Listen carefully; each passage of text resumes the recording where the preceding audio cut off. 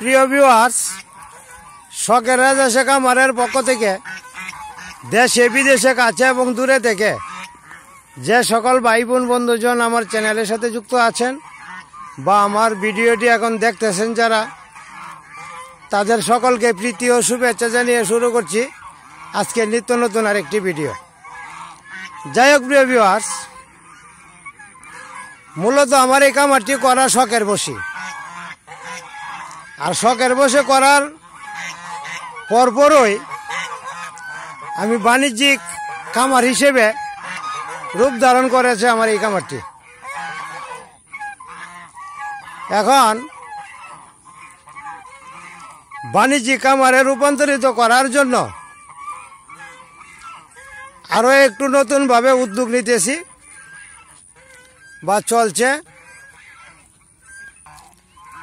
এই কামারের প্রত্যেকটা হাঁসই পুরাতন হাঁস এবং আপনাদের দোয়ায় 10টার উপরে আমি প্রত্যেকটা হাঁস থেকে ডিম পাইতেছি। 12টা, 13টা, 14টা পর্যন্ত হাঁস পেয়েছি। আর আমি এইটা 3বারই ডিম পাবো। যেহেতু 3বার ডিম পাবো, সুতরাং 10টার উপরেই পাওয়ার সম্ভাবনা বেশি। যাই হোক, পুরাতন হাঁস থাকলে আপনি লাভবান হবেন সবচেয়ে বেশি। এর কারণটা হচ্ছে পুরাতন হাঁসগুলি 2বার 3বার ডিম দিয়ে থাকে, আর 2বার থেকে 3বার ডিম দেওয়ার পর আপনার বাজার মূল্যটা ভালো আছে। বাণিজ্যিক কামারে যাওয়ার এটাই হচ্ছে সবচেয়ে প্রথম এবং প্রধান ধাপ।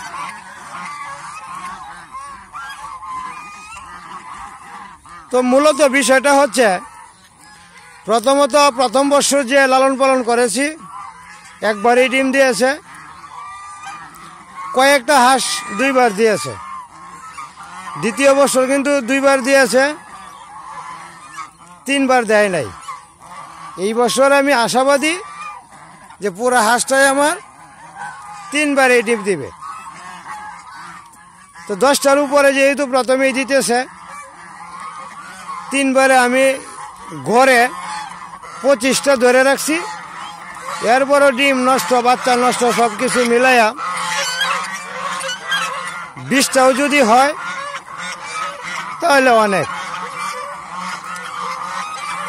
তো আপনারা আসলেই এই বিষয়টা অবশ্যই মাথায় রাখবেন। রাজহাঁস যদি লালন পালন করেন বা বাণিজ্যিক আকারে লালন পালন করতে চান, তাহলে পুরান হাঁসগুলি রেখে দিবেন। যদি হাঁস বিক্রি করতে হয়, বাচ্চাগুলি বিক্রয় করবেন। বাচ্চাটা যদি বিক্রি করেন, দাম একটু কম পাইলেও ডিম পাড়ার সময় আপনার অনেকটা লাভ আসবে।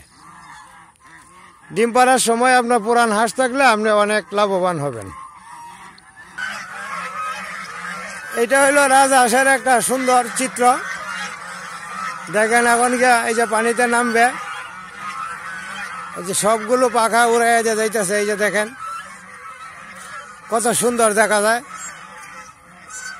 আমিও হাইটে ওদের সাথে পারতেছি না। আচ্ছা, যাই হোক প্রিয় ভিউয়ার্স,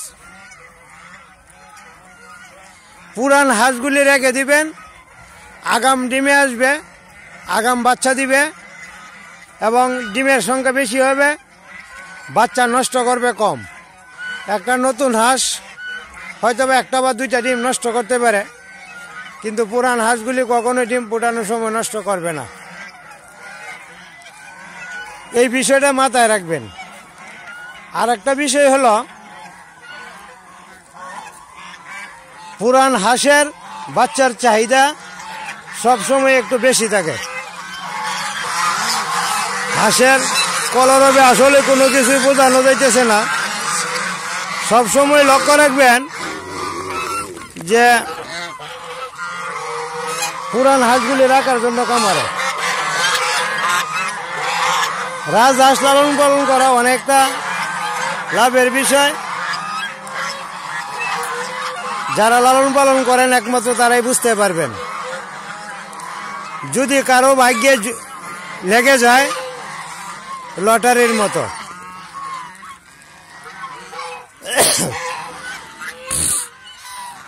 আপনি চেষ্টা করে দেখবেন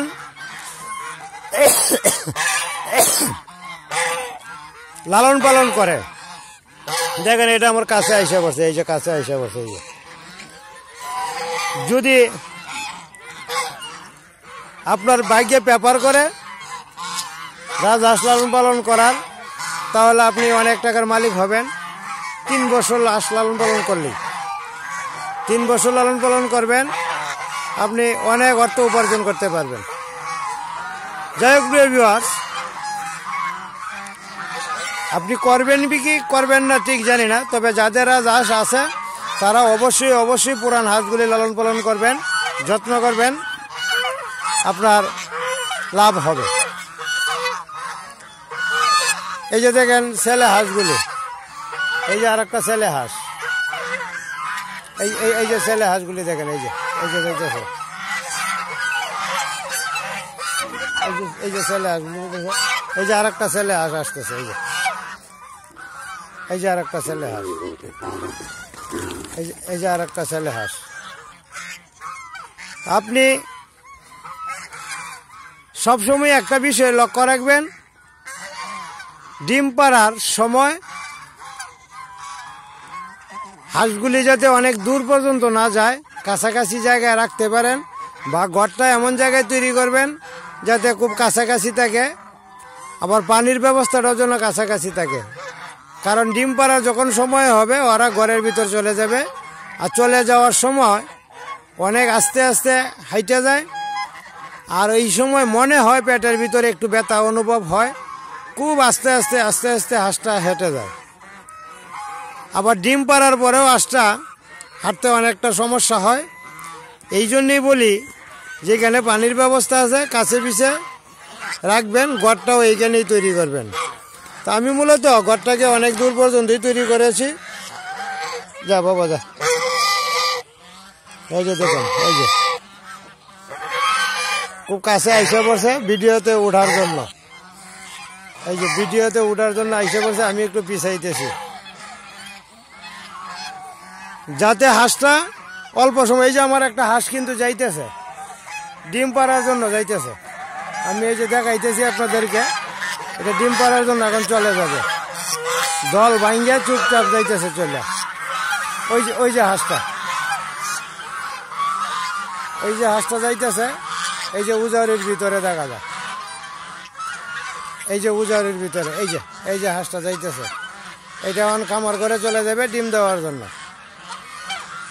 আর বাকি হাঁসগুলি এইখানে আছে।